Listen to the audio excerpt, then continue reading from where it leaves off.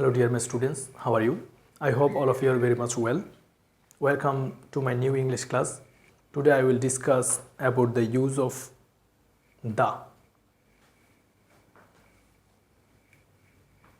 দায়ের দায়ের ব্যবহার অনেক বেশি এবং আমরা চেষ্টা করব যতদূর সম্ভব দায়ের ব্যবহারটা বিস্তারিত আলোচনা করার জন্য তোমাদের সাথে। যেমন প্রথম যে রুলসটা আমি দিয়েছি সেটা হচ্ছে নির্দিষ্টতা বোঝাতে দা বসে, কোনো কিছু যখন ডেফিনিটভাবে নির্দিষ্টভাবে ফিক্সড বুঝিয়ে দিবে তখন সেটা তার পূর্বে দা বসবে। যেমন এখানে একটা উদাহরণ দিয়ে বুঝালাম যে this is the book I like most, অর্থাৎ দিস ইজ দ্য বুক, এই সেই বই যেটা আমি সবচেয়ে বেশি পছন্দ করি। তাহলে এখানে হতে পারে ম্যাথ, ইংলিশ, অ্যাকাউন্টিং, ফাইন্যান্স, অনেক বই, কিন্তু ওই বইগুলোর মধ্যে শুধু এই বইটাই, দিস ইজ দ্য বুক, এইটাই ওই বই যে বইটা আমি সবচেয়ে বেশি পছন্দ করি। অর্থাৎ একটা বইকে আমি একেবারে ফিক্সড নির্দিষ্ট করে বুঝাচ্ছি। সো এরকম যখন নির্দিষ্ট করে বুঝাবে তখন সেটার পূর্বে দা বসবে। যেমন আপনি যদি বলেন যে আমি পানি পছন্দ করি না, তখন কি ইংলিশ হবে? আই ডোন্ট লাইক ওয়াটার, আমি পানি পছন্দ করি না, কোনো আর্টিকেল বসবে না। কিন্তু আপনি যদি বলেন যে আমি এই পুকুরের পানি পছন্দ করি না, তাহলে I do not like the water of this pond, অর্থাৎ হচ্ছে এই পুকুরের পানি পছন্দ করি না। এমন না যে আপনি কোনো পানি পছন্দ করেন না, অন্য পানিগুলো আপনি পছন্দ করেন, কিন্তু হতে পারে কোনো একটা পুকুরের পানি সেটা নোংরা বা ভালো না, অপরিচ্ছন্ন, তাহলে সেই পানিটা আপনি পছন্দ করেন না। তখন ইংলিশটা হবে I do not like the water of this pond, অর্থাৎ এই পুকুরের পানি আমি পছন্দ করি না, অবিশুদ্ধ হওয়ার কারণে। সো এখানে আপনি এই পুকুরের পানিটাকে নির্দিষ্ট করে বোঝাচ্ছেন, সো এখানে দা ব্যবহার করতে হবে। তারপর কোনো শব্দ রিপিট হলে তখন তার পূর্বে দা বসবে। রিপিট বলতে ডাবল হবে শব্দটা, মানে একটা বিষয় আগে থাকবে, সেই শব্দটাকে আবার আপনি বিষয়টাকে আবার ব্যাখ্যা করবেন, তখন তার পূর্বে দা বসবে। উদাহরণ দিয়ে বুঝাচ্ছি, হি গেভ মি আ বুক, সে আমাকে একটি বই দিল। সো এখানে দেখুন এই যে এই বুক শব্দটা এখানে সিঙ্গেল প্রথমবার ইউজ করা হয়েছে, এখানে আপনি কিন্তু এ ব্যবহার করবেন। পরে দেখুন পরে আবার আছে বুক, এই বুক শব্দটা আবার আছে। সো বুকটা কিন্তু প্রথমে ছিল এটা সিঙ্গেল, পরে কিন্তু আপনি ডাবল দ্বিতীয়বার আবার ইউজ করছেন।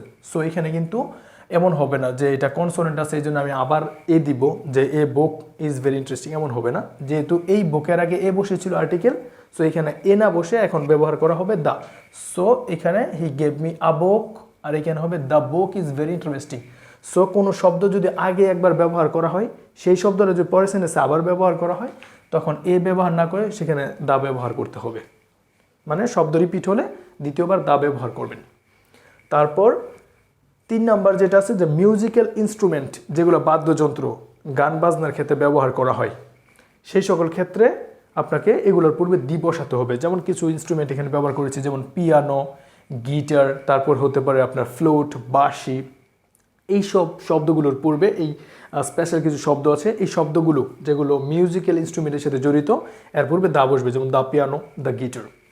তারপর হচ্ছে আপনার নদী, খাল, সাগর, মহাসাগর, পর্বতপুঞ্জ, পর্বতমালা, এগুলোর পূর্বে আপনার দা বসবে। কয়েকটা উদাহরণ, যেমন পদ্মা একটা নদী, এর পূর্বে দা বসবে। তারপর যেমন দা আটলান্টিক একটা আপনার যেন মহাসাগর, এটার পূর্বেও দা বসবে। তারপর যেমন আছে জাহাজের নামের পূর্বে দা বসবে, যেগুলো জাহাজ তার পূর্বে দা বসবে। যেমন বিখ্যাত একটি জাহাজ হচ্ছে টাইটানিক, এটা একটা জাহাজ, সো এটার পূর্বে দা বসবে।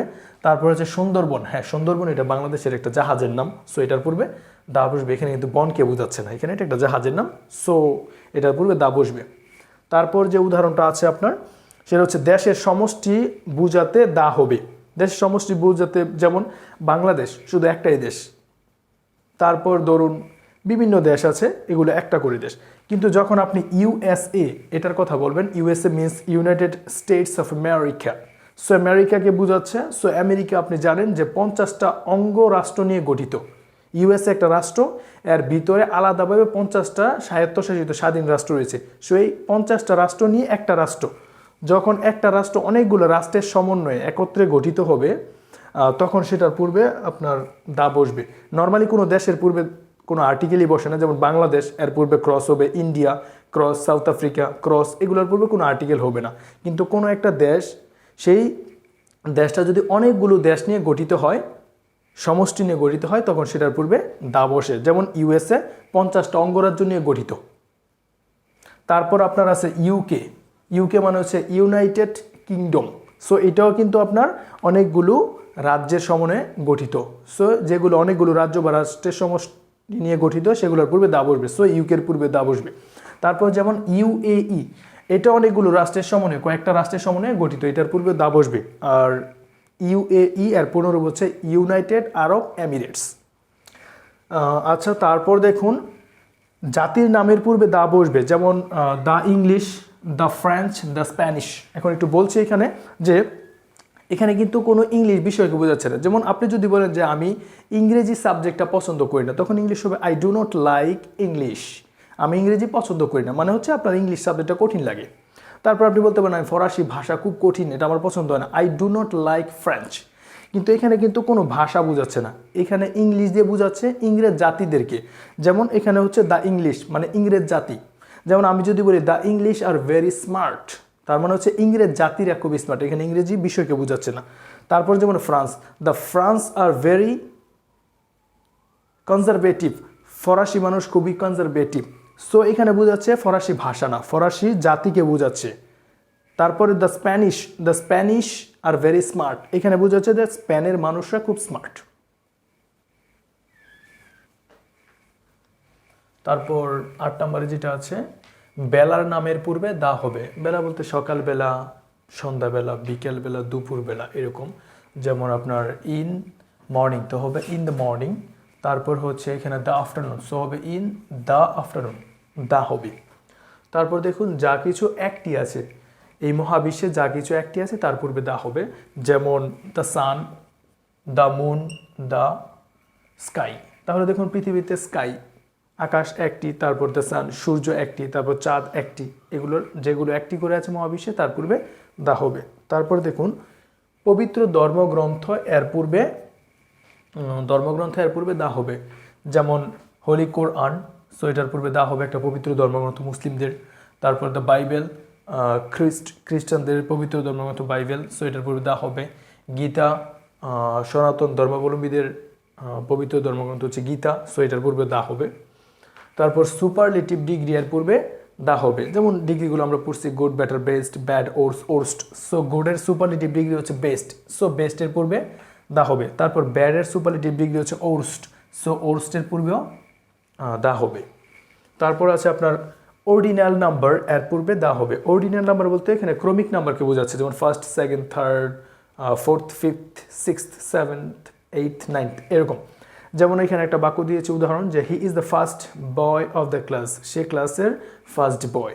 সো এখানে ফার্স্ট হচ্ছে একটা অর্ডিনাল নাম্বার মানে ক্রমিক number, first, second, third, fourth এগুলো ক্রমিক নাম্বার। যেখানে ক্রমিক নাম্বার পাবো এর পূর্বে দা বসবে। তারপর আপনার আছে এটা একটা বিশেষ একটা রুলস যে noun plus of plus noun, অর্থাৎ অফের আগে একটা নাউন থাকবে, তারপর পরে একটা নাউন থাকবে। যদি এরকম থাকে সো প্রথম নাউনের পূর্বে আর্টিকেল আপনার দি বসবে। সো এখানে খেয়াল করুন যে এখানে পিপল, তারপর এখানে আছে বাংলাদেশ, মাঝখানে আছে অফ। সো আগেও নাউন পরেও নাউন, মাঝখানে অফ। সো প্রথম নাউনের আগে দা হবে, যেমন the people of Bangladesh, the people of Bangladesh. তারপর দেখুন এখানে সিনারি, এটা নাউন, তারপরে কক্সবাজার নাউন, মাঝখানে আছে of, noun plus of plus noun, so আগে হবে the scenery of Cox's Bazar. So এগুলোই ছিল আজকে আমাদের দায়ের ব্যবহারের ক্লাসে। যদি ক্লাসটি ভালো লেগে থাকে তাহলে অবশ্যই লাইক, কমেন্ট, শেয়ার করে আমাদেরকে উৎসাহিত করুন এবং একই সাথে আমাদের চ্যানেলটিকে সাবস্ক্রাইব করুন, বেশি বেশি করে শেয়ার করুন। Thank you very much for watching my class.